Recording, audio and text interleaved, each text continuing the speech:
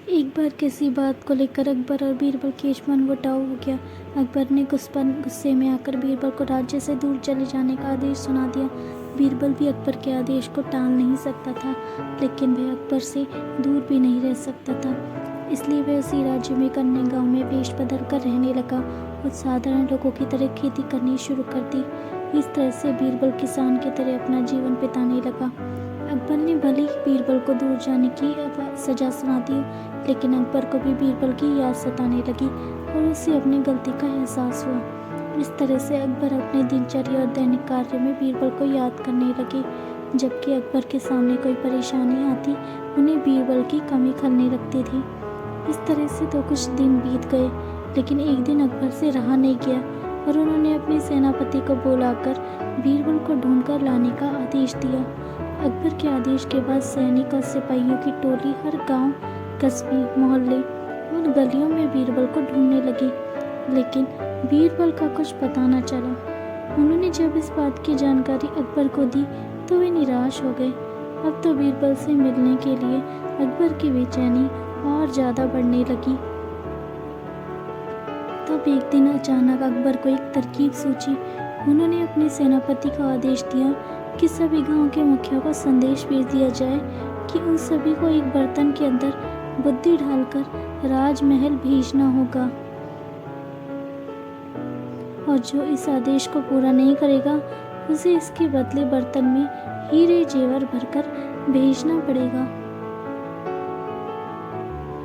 इधर अकबर के अजीबोगरीब आदेश से सभी गांव वाले परेशान थे। उन्हें समझ नहीं आ रहा था कि भला बुद्धि को बर्तन में कैसे भरा जाए, क्योंकि बुद्धि तो सभी के पास थी, लेकिन उसे बर्तन में भरने की तरकीब किसी को नहीं पता थी। वही दूसरी ओर लोग यह सोचकर भी परेशान थे, यदि ऐसा ना कर पाए तो उसी बर्तन को कीमती हीरे जेवरों से भरना पड़ेगा, जो कि इससे भी बड़ी समस्या थी। लेकिन यह सब बीरबल के लिए सामान्य काम था।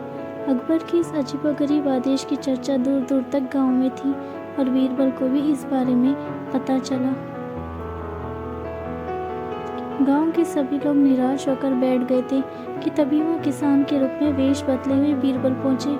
उन्होंने कहा कि वह इस समस्या का समाधान निकाल सकते हैं।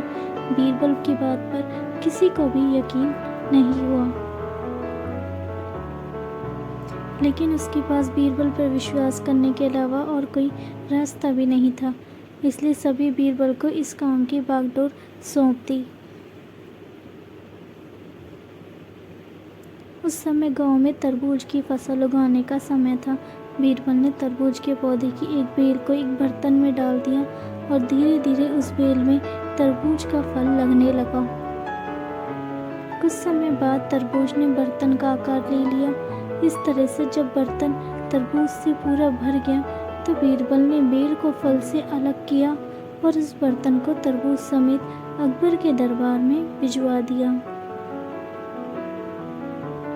इसके साथ ही यह संदेश भी भेजा कि उस बर्तन के अंदर बुद्धि भरी है और बिना बर्तन तोड़े ही बुद्धि को निकालना होगा। जैसे ही अकबर ने तरबूज से भरे बर्तन को देखा और संदेश को पढ़ा तो वह कि ऐसा विचार केवल बीरबल को आ सकता है। अकबर ने तुरंत सैनिकों से अपना घोड़ा मंगवाया और बीरबल को वापस लेने के लिए गांव की ओर निकल पड़े। दोस्तों, अगर आपको ये कहानी अच्छी लगी हो तो चैनल को लाइक और सब्सक्राइब कीजिएगा, ताकि इसी तरह की और कहानियाँ आपको मिलती रहे। And thank you so much for watching. Thank you once again. Keep watching, keep subscribe, keep follow.